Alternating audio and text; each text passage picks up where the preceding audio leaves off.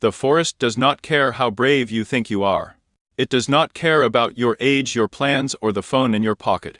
Because when the trees close in around you, when every path starts looking the same, and the sun begins to disappear behind the branches, bravery is not what saves you. What saves you is what you remember. 12-year-old Ethan Parker had never been afraid of the woods. To him, the forest behind his town was just a place for weekend walks, bike rides, and school field trips. His father had taken him there many times, teaching him small things Ethan never thought he would really need. Always notice where the sun is, his father would say. Listen more than you speak. And if you ever get lost, stop walking before you make it worse. Ethan usually nodded, half listening, while kicking stones along the trail. But that afternoon those words became the only thing standing between him and panic. It started during a school nature trip. The class had stopped near a wide clearing for lunch. Some students sat on logs, some took pictures, and others chased each other between the trees. Ethan noticed a bright blue feather near the edge of the clearing and walked over to pick it up. Just a few steps, then a few more. Then he saw another one caught in a bush. And before he realized it, the voices of his classmates had faded. Ethan turned around. Trees. Only trees. The clearing was gone. Hello, he called. His voice sounded small. Too small. He took a few quick steps in one direction, then another. The forest seemed to shift around him. Every trunk looked familiar. Every shadow looked the same. His heart began to pound. He reached for his phone. No signal. That was when fear hit him. Not like a scream, but like cold water pouring down his back. He wanted to run. He wanted to shout until someone answered. He wanted to push through the branches and force the forest to give him a way out. But then he heard his father's voice in his memory. If you ever get lost, stop. Ethan froze. He took one shaky breath. Then another. Stop, he whispered to himself. Think. He looked around carefully. The sun was lower now, glowing between the trees. He remembered his father once pointing to moss on a rock and laughing. Moss can help sometimes, Dad had said, but don't trust only one sign. Nature is useful, not magic. So Ethan didn't guess. He didn't pretend he knew the way. Instead, he searched for something certain. He found his own footprints in a patch of soft mud. Small sneaker marks. He followed them backward for a while, slowly, carefully. But after a few minutes, the ground became dry and covered with pine needles. The footprints disappeared. Then came the first danger. A low crack sounded behind him. Ethan turned. A deer burst through the bushes, fast and frightened. It crossed the path only a few meters away and vanished into the trees. Ethan's body jumped before his mind understood what had happened. Then he heard something else. A deeper sound, rustling, heavy movement somewhere beyond the bushes. He remembered another lesson. If an animal is nearby, don't act like prey. Don't run blindly. Make yourself aware. Move away calmly. Ethan backed up slowly, keeping his eyes on the bushes. His hands trembled, but he forced himself not to sprint. A dark shape moved behind the leaves. Maybe a wild boar. Maybe something else. He didn't wait to find out. Step by step he moved away until the sound faded. Only then did he breathe again. The sky had begun to darken. That was when Ethan understood something even worse. He might not be found before night. His throat tightened. He imagined his teacher calling his name. His classmates looking around. His mother checking the time. His father driving too fast toward the forest. No, Ethan whispered. Don't think like that. His father had told him that panic wastes energy.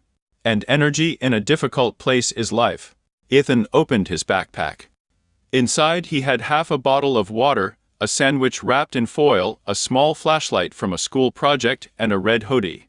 He almost laughed. That morning he had complained about carrying the backpack. Now it felt like treasure. He took one small sip of water, not too much, and put the bottle away. Then he searched for a place to stay. Not a deep hole, not under a dead tree, not near animal tracks.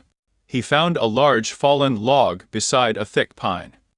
The ground there was dry, and the branches above could block some wind. His father's voice returned again. If you have to wait, make yourself visible. Ethan took off his red hoodie and tied it to a branch as high as he could reach. The color stood out sharply against the dark green forest.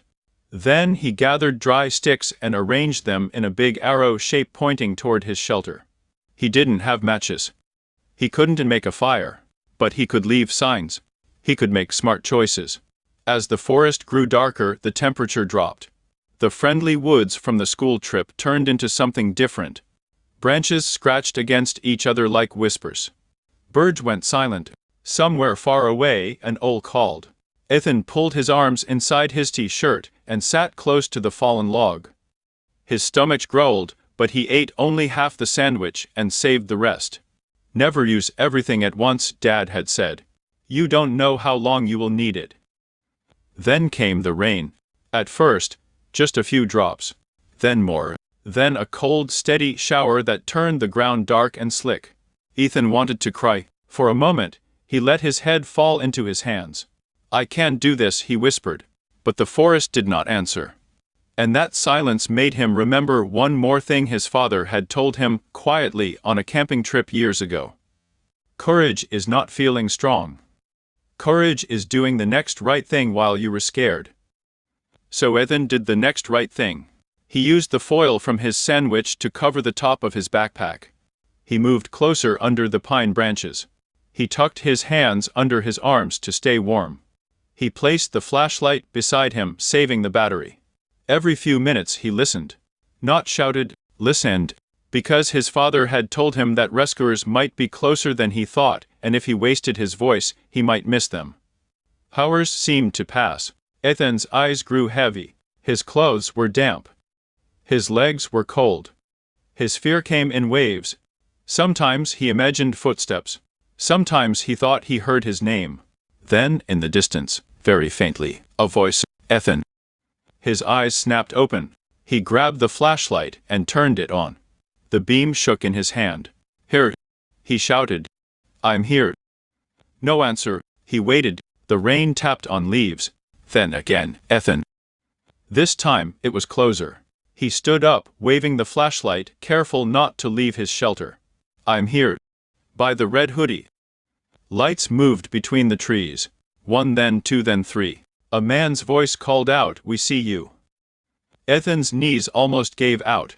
A few moments later, his father came running through the trees, soaked from the rain, eyes wide with fear. He dropped to his knees and grabbed Ethan in his arms. For the first time that night, Ethan cried. I remembered, Ethan said, his voice shaking. I remembered what you taught me.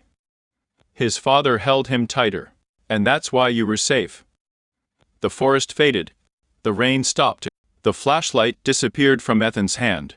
And suddenly, he opened his eyes. Morning sunlight was shining through his bedroom window. His blanket was twisted around his legs. His backpack was on the chair. His father's old camping whistle was lying on his desk. Ethan sat up, breathing hard. It had been a dream, only a dream, but his heart was still racing. He looked at the whistle, then at the trees outside his window. A few minutes later, he walked into the kitchen, where his father was making breakfast. Dad, Ethan said quietly, can you teach me again what to do if I ever get lost? His father turned around and smiled. Of course, he said. But this time, Ethan nodded, I'll really listen. Because sometimes a lesson feels boring. Until your mind takes you to a place where that lesson becomes the only thing that can bring you home.